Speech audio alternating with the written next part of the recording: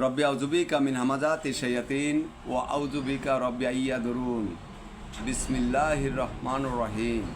রব্বি ইশরাহ লি সদরি ওয়া ইয়াসসির লি আমরি ওয়াহলুল উকদাতাম মিন লিসান ইয়াফকাহু কাওলি। রব্বি জিদনি ইলমা। আজকের আলোচনার বিষয় বাকারা গরু 146 নম্বর আয়াত। আল্লাহ বলেছেন, আমি যাহাদেরকে কিতাব দিয়াছি তাহারা তাহাকে সেই রূপ জানে যেই রূপ চেনে নিজেদের সন্তান দিগকে, এবং একদল জানিয়া শুনিয়া সত্য গোপন করিয়া থাকে।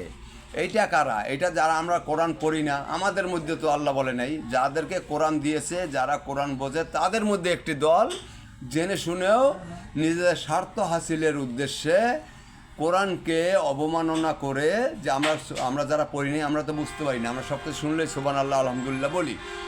এদের উদ্দেশ্যে আল্লাহ বলেছেন, যারা কোরআন পেয়েছে, যাদের মধ্যে একটি দল কোরআনকে অন্য ভাষায় প্রকাশ করে, যেটা আল্লাহর কথা ছিল সেই কথাটাকে না বলে অন্য কথা প্রকাশ করে। এইটাকে আল্লাহ বলেছেন জেনে শুনেও তারা সত্যকে গোপন করিয়া থাকে। আর সত্য গোপন করে যারা করবে তারা জাহান্নামের আগুনই ভোগ করবে, অন্য কিছু না। সালামুন আলাইকুম। নিজের ভাষায় কোরআন বুঝুন, সবার কথা শুনুন, কিন্তু কোরআন দিয়ে যাচাই করুন। 25 নম্বর সূরার 1 নম্বর আয়াত। সালামুন আলাইকুম।